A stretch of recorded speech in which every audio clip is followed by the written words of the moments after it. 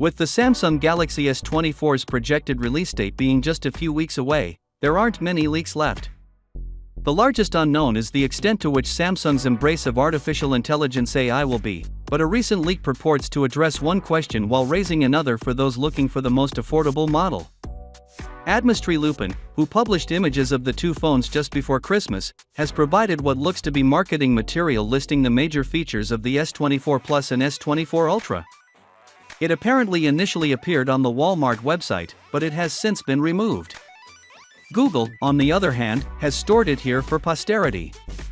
The first is something we've heard about before. Phone app users will apparently be able to talk and have their words quickly translated into a variety of different languages. Nightography sounds intriguing. It appears to be a kind of AI-enhanced picture processing for low-light photographs that will be available soon and from a distance even in low light, according to the text. Finally, there is generative edit, which sounds similar to the magic eraser seen on recent Pixel phones.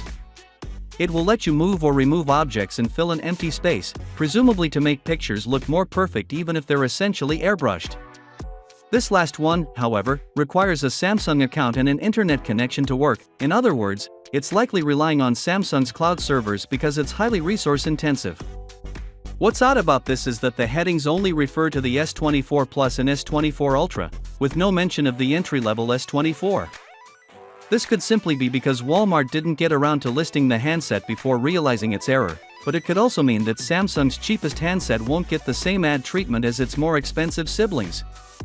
It is a bit far-fetched, but a recent leak suggests that, although both Presser variants will be equipped with the Qualcomm Snapdragon 8 Gen 3 processor, the basic model will only be available in North America. Finally, what are your thoughts about it? So with that being said, let me know your thought in the comment below, and if you are new here, please subscribe. Peace out.